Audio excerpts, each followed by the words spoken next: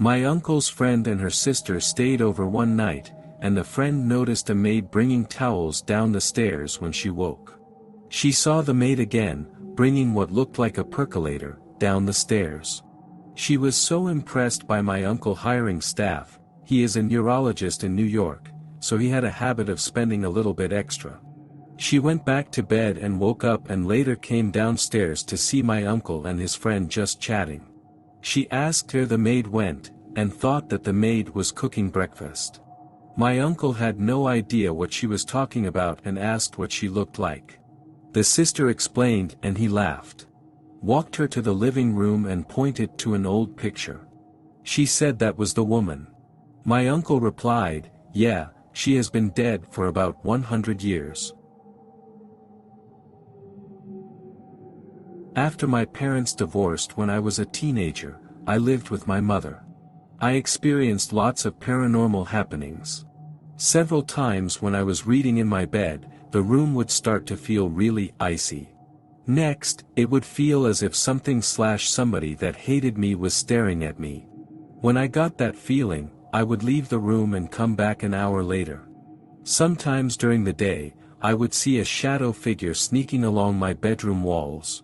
Something in the flat was pretending to be my dog. I went into my room and heard a deep growl from under the bed. My dog wasn't capable of making a noise that deep. It sounded like either a really big dog or a man doing his best dog impersonation. Other times, my dog would whimper and pace in the room next to mine but wouldn't come when called, as if he was afraid of something in the hallway. When I moved in with my father, the paranormal activity stopped. It was decrepit, which was why it was so cheap to purchase, and we basically did all the work ourselves. Old, creaky, drafty. A bunch of things happened there.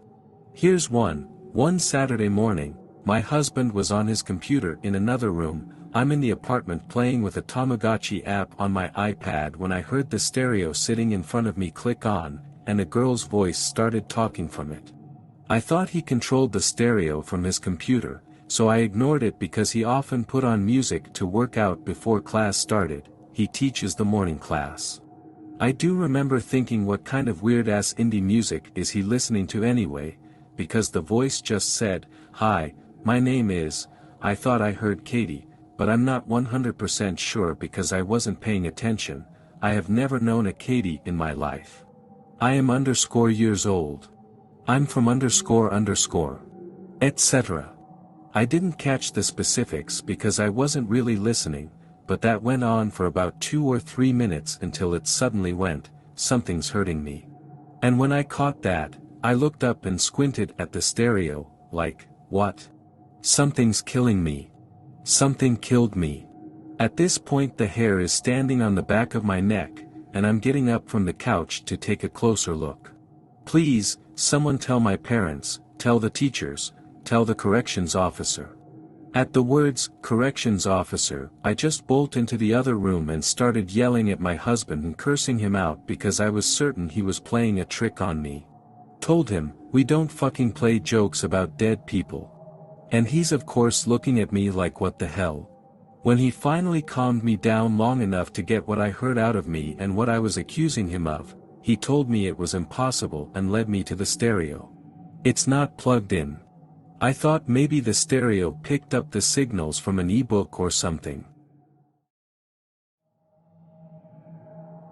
I lived in an old, haunted house in college. Things got so weird that everyone moved out except for me and one roommate. Here's a few. 1. I woke up at 3 in the night because my roommate's door kept opening and slamming shut. From bed, I yelled for him to stop only to realize I was the only one home that weekend. As soon as I yelled, the slamming stopped, but the hippie beads I had hanging outside my closed door began to sway perfectly, yet violently, against the door frame for a half hour, while I debated if I should pop out my air conditioning unit and jump out of the window. I laid in the fetal position in bed till it stopped. 2. I woke up at 3 in the night alone again, hearing the Nintendo on the back porch playing loudly.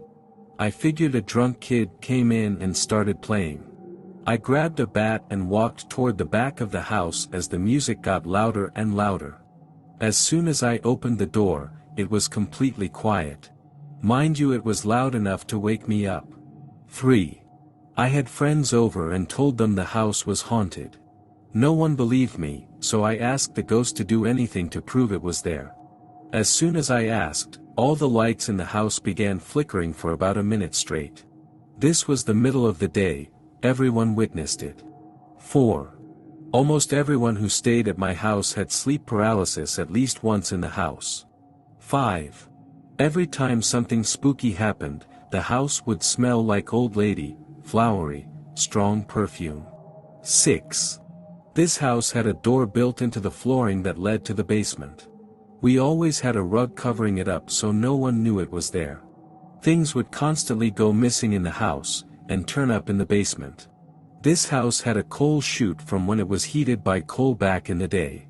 Missing stuff would always be placed on the chute for us to come and get. 7. Roommate had some issues. Once while playing video games late at night, he saw mist kind of hovering from the kitchen and then move into the bathroom. The bathroom had a trap door that led to the attic.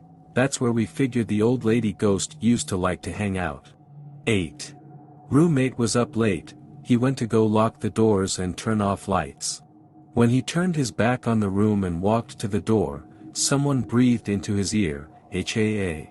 He thought it was me. I was sleeping. He turned around, pissed himself, and ran to his room.